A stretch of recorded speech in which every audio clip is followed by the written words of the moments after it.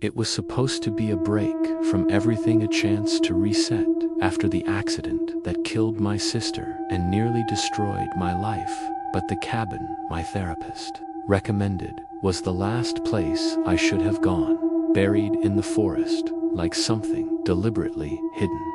Its windows shuttered and its door groaning with age, smelling faintly of old meat and wet stone. And yet something in me, some broken, grieving part of my soul, pulled me inside as if I'd been summoned.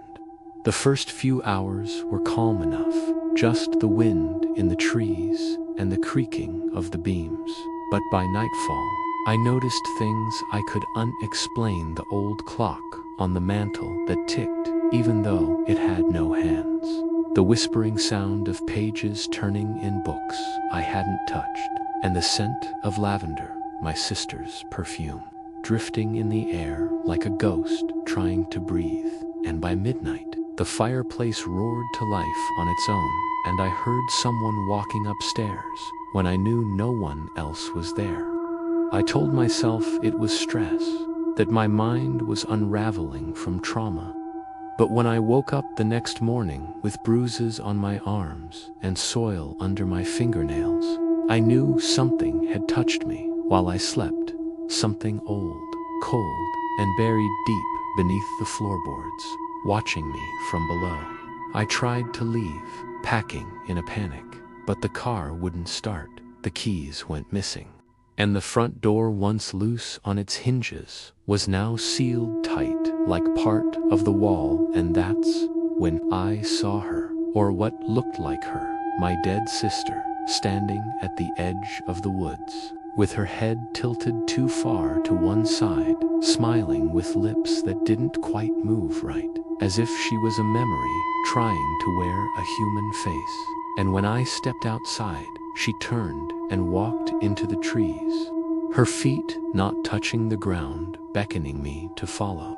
I ran after her, screaming her name, but the deeper I went, the thicker the woods grew until the trees bent inward, whispering things in a language I didn't know but felt in my bones, words like "come back" and "dig deeper." And the ground softened beneath me, as if I were walking on a grave that hadn't finished settling. Then I found the clearing perfectly circular, with stones arranged in a spiral around a pit that exhaled fog and the faint sound of my sister's lullaby. And as I approached, I saw my name carved into every single rock, over and over, like someone had rehearsed my death 1,000 times. The air became colder, thicker, filled with whispers I could almost understand. And suddenly, I wasn't alone. Figures emerged from the trees, dozens of them, all wearing the faces of people I'd known who had died, their eyes missing, their mouths open in silent screams. And they began to circle the pit, chanting my name, faster and faster, until it became a roar, and I fell to my knees, covering my ears, begging to wake up. But I didn't wake up because I wasn't dreaming.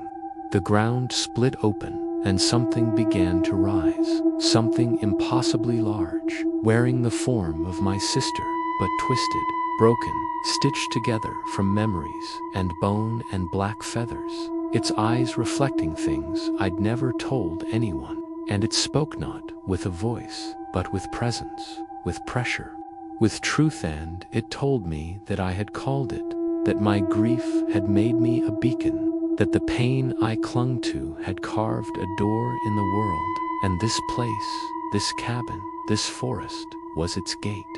And now that I was here, I had a choice: let it in or be consumed by the hunger beneath. I screamed, I ran, I clawed at the trees, but the woods moved around me, guiding me back to the cabin, where the walls were bleeding and the floorboards pulsed like veins, and the mirror in the hall showed not me, but 100 versions of me, each one dying in a different way, over and over again. I barricaded the door, I set fire to the curtains, but nothing burned, nothing changed. And then I heard the music box, the one that played my sister S. song, start playing by itself from the attic, drawing me upward like a thread pulling through flesh. I tried to resist, but my legs moved on their own, the stairs creaking beneath me like ribs cracking. And when I reached the top, I found the attic empty except for a chair. And in that chair, a shape covered by a sheet, rocking slowly back and forth. I stepped closer, trembling, and pulled the sheet away, and there I was, or a version of me, pale eyeless mouth sewn shut, clutching the music box as tears of black liquid rolled down its face, and before I could scream, its hand shot out and grabbed my wrist, whispering into my mind that there was never a cabin, never a forest, only grief, only guilt, and that I had never escaped the accident, that I died with my sister. And this was the shape my punishment took.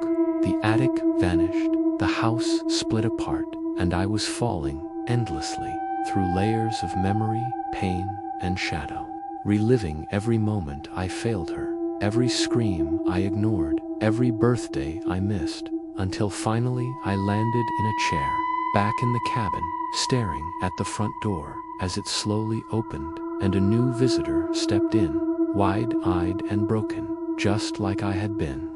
And I smiled because it was my turn now to explain, to whisper, to wait in the walls, because the cabin feeds on pain, on stories, on souls too wounded to walk away, and I was part of it now.